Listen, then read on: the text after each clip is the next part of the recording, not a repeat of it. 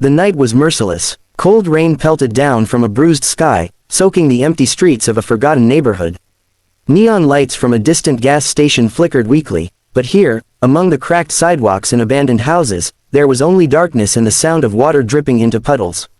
A figure moved unsteadily along the narrow lane, his tailored suit clinging to him like a heavy shroud. His shoes, once shining symbols of power, were now dull and splattered with mud. His name was Daniel Cole, and once upon a time, people bowed when he entered a room. They whispered his name with admiration, even envy. Daniel Cole, the hotel tycoon, the man with golden taste, the man who turned luxury into an empire. But tonight, he was no emperor. He was just another man stripped bare by fate. His wealth had vanished faster than he ever imagined. One wrong partnership, one betrayal, and his fortune collapsed like sand between his fingers. Investors pulled out, banks slammed their doors, and the people he had dined with, those who toasted to his brilliance, turned their backs as though he were a stranger. He had walked the streets all day, begging silently for a chance at dignity. He had approached familiar faces, people who once laughed at his jokes, but when they saw his ragged state, they crossed the street. Their eyes said it clearly, "You're no longer one of us." Daniel's heart felt heavier than the rain on his shoulders. He hadn't eaten in nearly 2 days, hadn't rested in what felt like forever. His pride had fought hard in the beginning. He told himself he'd never ask, never beg, never stoop so low. But pride could not keep him warm, nor feed him, nor shelter him from the storm that threatened to break him in half. Lightning slashed across the sky, illuminating a row of humble houses. He stopped, breathless, staring at one with a dim yellow light glowing faintly from the window. It was small, patched together with mismatched bricks and a roof that sagged under the weight of years. The curtains were thin, hand-stitched, and the paint on the wooden door was chipped. But to Daniel, it was a palace compared to the street. He hesitated, his chest tightened with shame. How could he, a man who once owned towers of glass and marble, lower himself to knock on the door of a stranger? He imagined their reaction, suspicion, rejection, perhaps even anger. Yet the storm grew crueler, and his body trembled with exhaustion. Finally, he raised a trembling hand and knocked. Once, twice. The sound echoed weakly against the walls. The door opened a crack. A woman stood there, holding a cloth in one hand. She looked to be in her mid-30s, her hair tied back loosely, her apron stained with flour. Her eyes narrowed, cautious. Strangers in the night never brought good news. Daniel's lips quivered, his throat dry. The words he had never thought he'd utter slipped out, raw and broken. "Can I?" He swallowed hard, fighting the lump in his throat. "Can I sleep under your roof just one night?" For a moment, silence filled the space between them. The woman's gaze swept over him, noting the ruined suit, the mud-caked shoes, the face etched with weariness. He looked nothing like the men who usually begged. There was something different, something fractured in him. He looked like a man who had been carved out of stone and then shattered by a hammer. She didn't answer right away. Her instincts told her to be wary, she had children inside. Yet there was no threat in his eyes, only desperation. His voice carried not just a plea, but the weight of someone who had fallen from heights unimaginable. Finally, she stepped back and opened the door wider. "Come inside," she said softly. The words nearly broke him. His knees almost gave way from the relief that flooded his chest. With slow, unsteady steps, Daniel crossed the threshold. For the first time in months, he felt a flicker of warmth, not from the fire inside the small house, but from the kindness of a stranger who had given him what money never could, mercy. As the door closed behind him, Daniel realized something he would never forget. Sometimes the greatest roof isn't the grandest one, but the one that opens when you need it most. The warmth of the little house wrapped around Daniel like a blanket he hadn't felt in years. The place was modest, worn in many corners, but alive. A small fire flickered in the hearth, its glow dancing against the faded wallpaper. On the wooden table sat a few chipped mugs and a bowl of dough waiting to be baked. It wasn't luxury, it wasn't perfection, but to Daniel, drenched, starved, and broken, it felt like a sanctuary. The woman motioned him to sit at the small wooden chair by the fire. She disappeared briefly into another room and returned with a steaming bowl of soup. Its aroma rose into the air, carrying with it the scent of carrots, onions, and herbs. She set it in front of him without a word, only a faint nod. Daniel stared at it, his hands shook as he reached for the spoon, and before he could stop himself, hot tears blurred his vision. He bent forward, shoulders quivering, and for the first time since his empire collapsed, he let himself cry in front of another human being. "You don't have to cry," the woman said softly, taking the chair across from him. "It's only soup." Her tone wasn't mocking, it was gentle, almost hesitant, as if she was unused to offering comfort to strangers. Daniel wiped at his face, embarrassed, but the tears wouldn't stop. He tried to speak, but his voice cracked. You don't understand. No one has given me kindness in months. They all shut me out.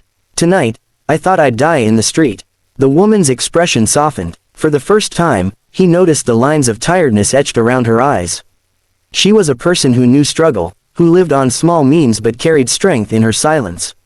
"My name is Clara," she said quietly. "This house isn't much, but you're safe here tonight." Daniel nodded, finally lifting the spoon. The soup touched his lips, and he nearly gasped at the warmth spreading through him. He hadn't realized how hollow his stomach felt, how starved his body was. Each mouthful filled him with more than food, it filled him with a strange, forgotten feeling. Gratitude. They sat in silence for a while, broken only by the fire's crackle and the distant sound of rain against the roof. When the bowl was empty, Daniel set it down carefully, almost reverently, as if it were a treasure. Clara studied him quietly. "You're not like the others who pass through here," she finally said.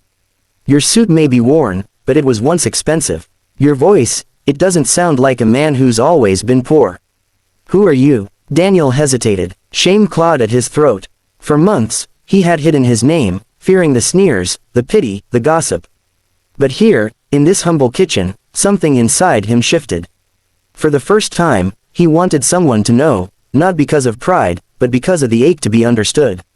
"My name is Daniel Cole," he said slowly. "I used to own hotels. Dozens of them. People called me brilliant, unstoppable, but all it took was one betrayal, one storm, and everything collapsed. The banks took the rest. My family," his voice broke again. "They left when the money did. I lost it all, not just wealth. I lost everyone." Clara didn't gasp, didn't lean forward in our disbelief. She only nodded, her eyes calm and steady. "You built skyscrapers," she said softly, "but you never built a home." Her words struck deeper than she could have known. Daniel felt them pierce through the armor of excuses and bitterness he had carried. She was right. He had built towers of steel and glass, rooms filled with chandeliers and marble floors, but he had never built a place where his soul could rest. For years, he had mistaken grandeur for belonging, wealth for love. Now, sitting in this modest kitchen with its cracked mugs and flickering light, he realized how hollow his empire had been. Daniel pressed his hands together, staring at the table. "I thought money would keep me safe. That it would keep people by my side. But when the money disappeared, so did they." Clara looked at him with quiet empathy. "Money builds walls. Home builds bridges. Sometimes, you don't see the difference until the storm comes." Her words lingered in the air, heavy yet healing. Daniel lowered his head, tears dripping silently onto the wooden table. For the first time in months, he didn't feel the crushing loneliness. For the first time, he felt seen, not as a millionaire, not as a failure, but as a man. And that, he thought as the fire's warmth eased into his bones, was worth more than all the towers he had ever owned. Morning arrived gently, as though the storm had never happened. The rain had washed the streets clean, leaving behind the smell of wet earth and a quiet freshness in the air. The light that filtered through the thin curtains of Clara's home was golden, soft, and tender. Daniel stirred on the worn-out couch, wrapped in a blanket that smelled faintly of lavender and smoke from the fireplace. For a moment, he forgot where he was. He half expected to wake to marble floors and glass windows stretching high above the skyline. But when his eyes opened fully, he saw the peeling paint of Clara's living room walls, the little drawings taped unevenly by small hands, and a pair of children's shoes tucked neatly near the door. And he smiled. It was a fragile smile, one touched by both sorrow and healing. He sat up slowly, pressing his palms into his knees, and felt the soreness of his body. But inside, something felt lighter than it had in months. From the kitchen came the sound of soft humming. Clara's voice, low and sweet, carried with it a kind of peace Daniel couldn't explain. He rose and walked toward the doorway, stopping when he saw her at the wooden table, kneading dough with firm, practiced hands. The smell of fresh bread wafted through the room. Beside her, two children peeked curiously at him from behind the doorframe, one boy, one girl, both with wide, wondering eyes. Daniel gave them a small nod, and though they giggled nervously, they didn't run away. Their innocence hit him harder than he expected. He realized he couldn't remember the last time he had truly heard a child's laughter, not in his grand hotels, not in his endless business meetings, not even in his own home. He had chased so many things, yet somehow missed life itself. Clara glanced up and offered him a faint smile. "You're awake. Did you sleep well?" Daniel swallowed, his throat tightening. "Better than I have in years." She set aside the dough and wiped her hands on her apron. Reaching for a small cloth bundle, she pressed it into his hands. Inside was a thick piece of bread, still warm from the oven. "Take it with you," she said. "It's not much, but it will help." Daniel stared at the bread as though it were made of gold. His eyes burned. He tried to speak, but his voice broke, and instead he clutched her hand suddenly, tightly. "You gave me more than a roof," he whispered hoarsely. "You gave me hope. I thought I was finished. Last night, I was ready to give up, but you reminded me that kindness still exists." Clara's gaze softened, though there was a sadness in her eyes too, the sadness of someone who had endured her own storms. "Storms don't last forever," she said gently. "And neither will yours. Don't give up, Daniel. You may have lost your fortune, but you haven't lost your life. That means you still have a chance to start again." Her words struck him like lightning, but not the kind that destroys, rather the kind that illuminates. For the first time, he saw the possibility of rebuilding, not the way he had before, but differently. With meaning, with roots. Daniel left that morning with his heart heavier than when he arrived, yet somehow lighter too. He turned once before stepping into the street, watching Clara and her children framed in the doorway. They waved, shy but warm, and he raised his hand in return. Then he walked away, the bread tucked safely under his arm, the memory of their kindness etched deep into his soul. Years passed. Slowly but steadily, Daniel rebuilt, not the empire of steel and glass, but a smaller, stronger life. He worked harder than he ever had, humbled by loss, strengthened by gratitude. And when success finally returned, he did not squander it on empty grandeur. One morning, Clara awoke to a sound outside her home, the rumble of trucks, the clatter of tools. Stepping out, she froze. Her tiny, patched-up house was surrounded by workers. A new foundation was being laid, strong beams rising where the old walls once leaned. Within weeks, her modest shelter transformed into a beautiful home, sturdy and filled with light. She never asked who had done it, but she knew. The man who had once knocked on her door in the rain had not forgotten. Daniel returned often, not as the millionaire the world once knew, nor as a benefactor seeking gratitude, but as a friend. He would sit at Clara's table, sharing bread with her children, laughing with them, and listening. He no longer needed skyscrapers to feel tall.